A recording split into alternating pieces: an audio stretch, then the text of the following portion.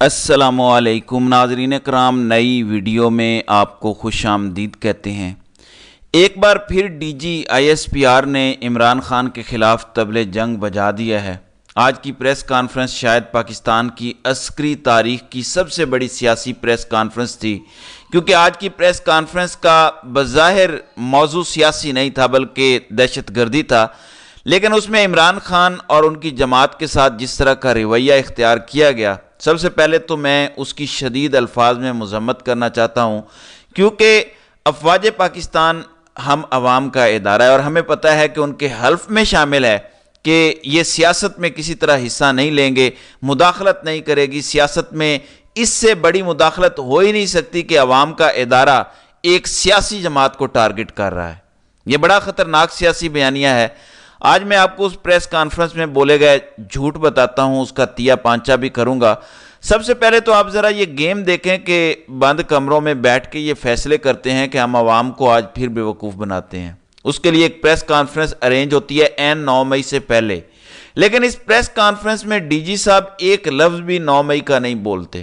Press conference ختم ہو جاتی ہے، جو ان کی طرف سے بریفنگ ہوتی ہے، پھر ہوتا ہے سوالات کا سلسلہ شروع، اور وہاں پہ کہا جاتا ہے کہ آپ سوالات کو آج کی بریفنگ پر محدود رکھیے گا۔ زبردست سکرپٹ چل رہا تھا، اور میں ایمانداری سے آپ کو بتاتا ہوں کہ میرے دل میں عزت پیدا ہونا شروع ہوئی کہ شاید فیصلہ کر لیا گیا ہے کہ جو ہم انتشار پھیلا رہے ہیں، یہ جو ہمارا بیانیہ ہے کہ ملک کے کروڑوں لوگ ملک دشمن ہیں، دہشت گرد ہیں، ملک کے خلاف ہیں، شاید اس سے ملک تباہ ہو رہا ہے، تو ہم اس سے پیچھے ہٹ جاتے ہیں۔ شاید یہ فیصلہ کر لیا گیا ہے۔ میں آپ کو ایمانداری سے بتا رہا ہوں کہ میرے اندر یہ امید پیدا ہو گئی تھی۔ ایک بات یاد رکھیں کہ آئی ایس پی آر کے ساتھ تمام سوالات فکس ہوتے ہیں، وہی لوگ سوالات کرتے ہیں، انہی کو اجازت ہوتی ہے جن سے پہلے سے سوالات طے ہوتے ہیں۔ پہلا سوال ہوتا ہے میری خوشی میں اضافہ ہوتا ہے، دوسرا سوال ہوتا ہے وہ بھی غیر سیاسی ہوتا ہے، میری خوشی میں مزید اضافہ ہوتا ہے کہ شاید غیر سیاسی ہونے جا رہے ہیں۔ پھر آتا ہے تیسرا سوال ڈائریکٹ 9 مئی پر، اور میری خوشیوں کا محل جو ہے وہ دھڑام سے نیچے گر جاتا ہے، اور پھر مجھے ساری کہانی کا ایک سین سمجھ آتا ہے کہ کیسے بند کمروں میں چند لوگ بیٹھے، انہوں نے کہا کہ یار عوام کو بے وقوف بنانے کا ایک طریقہ ہے کہ ہم اس بار پریس کانفرنس میں ذکر ہی نہیں کریں گے کسی 9 مئی کے سانے کا، کسی سیاسی جماعت کا، تو ہم اپنے نیوٹرل ہونے کا پہلے ڈرامہ رچائیں گے، پھر ہم ایک دم سوال نہیں کروائیں گے 9 مئی کا، بلکہ تیسرا یا چوتھا سوال 9 مئی کا کروائیں گے۔ تو طے یہ ہوا کہ تیسرا سوال 9 مئی کا کروائیں گے، اس سے عوام کو یہ لگے گا کہ یار ہم تو نہیں چاہتے تھے پر سوال آ گیا، بڑی آزاد یہاں پر صحافت ہے، کسی کو ننگا ہونے کا ڈر نہیں ہے، کسی کو قتل ہونے کا ڈر نہیں ہے، کسی کو تشدد کیے جانے کا ڈر نہیں ہے، کوئی ملک چھوڑ کے نہیں بھاگ رہا، تو ہم تیسرا سوال رکھ لیتے ہیں اور عوام کو سمجھ نہیں آئے گی۔ اب تیسرا سوال ہوتا ہے تو بند کمروں میں بیٹھے لوگوں نے یہ بات نہیں سوچی کہ عوام بڑی سمجھدار ہو گئی ہے۔ پھر جو سورہ حجرات کی آیت پڑھی گئی کہ جب تمہارے پاس کوئی فاسق خبر لے کر آئے تو اس کی خوب تحقیق کر لیا کرو، ایسا نہ ہو کہ تم کسی گروہ یا قوم کو نقصان پہنچا دو اور بعد میں تم پچھتاتے رہو۔ تو ابھی جو آپ نے کیا، ہم بھی ظاہر ہے اس کی تحقیقات کرنے والوں میں سے ہیں۔ ہم تو کسی سیاسی جماعت کے بیانیے پر یقین نہیں کرتے، کسی ایون عسکری ادارے کے بیانیے پر یقین نہیں کرتے، کسی عدلیہ کی لائیو سٹریم پر یقین نہیں کرتے۔ ہم اپنی تحقیق خود کرتے ہیں، کیونکہ ہم قرآن پر عمل کرنے کی کوشش ضرور کرتے ہیں، کر پاتے ہیں یا نہیں اللہ بہتر جانتا ہے۔ اب ایک دم ڈی جی صاحب اشارہ کرتے ہیں اور ایک پوری سلائیڈ چل پڑتی ہے 9 مئی کے حوالے سے۔ عوام جو احتجاج کر رہے ہیں یا عوام کے ہاتھ میں کوئی ڈنڈا ہے، کوئی پتھر ہے، وہ پوری ایک سلائیڈ چل پڑتی ہے۔ اس میں شاندانہ گلزار کو دکھایا جاتا ہے، ڈاکٹر یاسمین راشد کو دکھایا جاتا ہے، شہریار افریدی کو دکھایا جاتا ہے۔ آپ ذرا اندازہ لگائیں کہ اگر آپ سیاسی بات نہیں کرنا چاہتے تھے، اگر آپ کا کوئی ارادہ نہیں تھا کسی سیاسی جماعت کو ٹارگٹ کرنے کا، تو یہ 5-10 منٹ کی یہ سلائیڈ کیسے تیار ہو گئی ویڈیو والی؟ مجھے بتائیں، آپ کو کیسے پتا تھا یہ سوال آئے گا آپ پہ، جبکہ آپ نے تو آرڈر دے دیا تھا کہ کوئی بھی سیاسی سوال نہیں ہوگا۔ تو فکس میچ کا یہ پہلا اظہار تھا ان کی طرف سے کہ میچ فکس ہے۔ پھر اس کے بعد ایک ایک سوال فکسڈ ہوا، فلاں نے مذاکرات کا بیانیہ بنایا ہے تو فلاں کہہ رہا ہے کہ کوئی ڈیل ہو رہی ہے، کوئی تاریخیں دے رہے ہیں باہر آنے کی۔ فکس سوال تھا۔ اس کا جواب یہ آیا کہ صدقے دل سے معافی مانگنے پڑے گی اور آئندہ ایسا نہ کرنے کا کہنا پڑے گا، باقی مذاکرات نہیں ہوں گے۔ کیا یہ بات درست نہیں ہے کہ یہی سوشل میڈیا، یہی بات کئی ہفتوں سے کہہ رہا ہے کہ آپ نے عمران خان کو یہ پیغام پہنچایا ہے کہ معافی مانگو 9 مئی کی. مطلب ہمارا بیانیہ ہے, ہم پھنس گئے ہیں اس بیانیے میں, معافی مانگ لو تو ہمارا بیانیہ بچ جائے گا. یہی تو سوشل میڈیا رپورٹ کر رہا تھا. آج آپ نے لائیو تسلیم کر لیا کہ ہاں ہم چاہتے ہیں کہ عمران خان عوام کے سامنے ہی نہیں بلکہ میڈیا پہ آ کے یا عوامی بیان دے کے یا اخبارات میں بیان دے کے کہیں کہ ہاں ہم معافی مانگتے ہیں, 9 مئی کو جو ہوا وہ نہیں ہونا چاہیے تھا, ہم نے تسلیم کر لیا ہے. پھر آپ نے کہا کہ 8 فروری جو الیکشن ہوئے اس میں سیاسی جماعت کو 18 ملین ووٹ پڑا, 1 کروڑ اور 81 لاکھ ووٹ پڑا, یعنی 31% ٹوٹل ووٹ کا تحریک انصاف کو پڑا. آپ کا یہ کہنا ہے کہ ان کے مخالف 70% لوگوں کو ووٹ پڑا, تو اس کا مطلب کیا ہے؟ ان کا تو یہ بیانیہ نہیں ہے کہ عوام کی اکثریت ان کے ساتھ کھڑی ہے. پارلیمانی جمہوریت ایسے چلتی نہیں جیسے آپ بات کر رہے ہیں کہ ووٹ کتنا پڑا ہے. نمبر 2, تحریک انصاف کو 18 ملین نہیں 30 ملین ووٹ پڑا ہے. اس کے بعد دھاندلی پہ آپ مانتے نہیں ہیں, آپ کہتے ہیں کہ فورم پر جائیں. فورم کون سا ہے؟ High courts. ہائی کورٹس کی حالت بھی آپ کو بتا دیتے ہیں. آپ نے کہا کہ اداروں پہ الزام نہ لگائیں بلکہ متعلقہ فورمز پر جائیں. اب سوال یہ ہے کہ جنرل صاحب, افواج کی سیاست اور عدلیہ میں مداخلت کی گواہی قانونی اور آئینی فورمز ہی تو دے رہے ہیں. جن قانون اور آئینی فورمز کی آپ بات کر رہے ہیں وہ اجتماعی خط لکھ کر آپ سے پناہ مانگ رہے ہیں.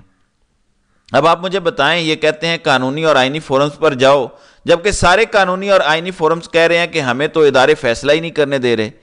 تو کب کس چیز کا فیصلہ ہوگا, کیسے فیصلہ ہوگا, کیسے پتہ چلے گا کہ اسٹیبلشمنٹ نے الیکشن چوری کیا ہے 9 فروری کو یا نہیں؟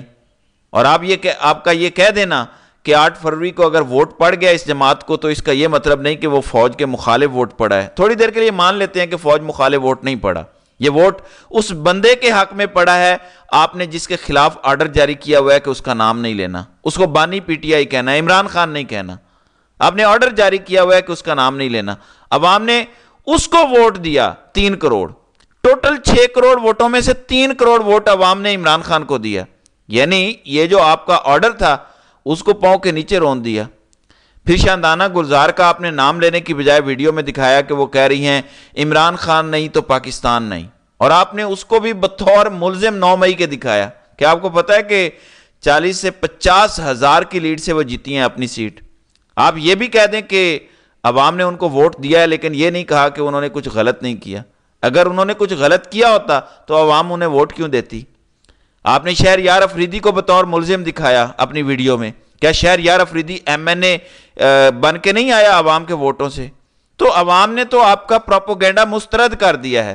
پھر ڈاکٹر یاسمین راشد جن کو آپ نے مین کلپریٹ دکھایا, جنہوں نے کہا کہ ہم کور کمانڈر جا رہے ہیں, کیا آپ کے پاس یہی ایک آڈیو ثبوت ہے؟ کیا ایسی 3-4 ویڈیوز موجود نہیں ہیں جہاں وہ کہہ رہی ہیں کہ کسی نے اندر نہیں جانا, ہم یہاں پر پرامن احتجاج کرنے آئے ہیں؟ آپ نے وہ کیوں نہیں چلائیں؟ لیکن اس سب کے باوجود وہ خاتون جیل میں بیٹھ کے آپ کے تاحیات قائد آپ کے لیڈر کو شکست دے چکی, یہاں تک کہ رات کے اندھیرے میں آپ کو فارم 47 تیار کرنا پڑا. تو عوام نے تو مسترد کر دیا آپ کا سارا بیانیہ. اگر 3 بڑے ملزم آپ نے دکھائے ہیں اپنی پروپیگنڈا ویڈیو میں, ان تینوں کو تو عوام نے جتا دیا ہے. اس کا کیا جواب ہے آپ کے پاس؟ آپ اپنی مرضی کا کوئی شہر چوز کریں, وہاں پہ براہ راست کیمرے لگائیں, سب پولنگ سٹیشن پر لائیو کیمرے چلائیں, عوام ہر لائیو فیڈ دیکھے, وہاں پہ 9 مئی کے اوپر فیصلہ کروا لیں کہ عوام آپ کے بیانیے پر یقین کرتی ہے یا عمران خان کے بیانیے پر. آپ ذرا ووٹنگ کروائیں. دیکھیں, آج قاضی نے بھی کہا کہ راولپنڈی کے کمشنر نے جھوٹ بولا اور بغیر تحقیقات کے وہ یہ کہہ رہے تھے. چلے ہم تسلیم کر لیتے ہیں کہ کمشنر راولپنڈی نے جھوٹ بولا, جہاں پہ آپ کا ہیڈ کوارٹر بھی ہے راولپنڈی کے تمام اضلاع میں آپ ریفرینڈم کروا لیں کہ 9 مئی کے اوپر کس کا بیانیہ سچا ہے.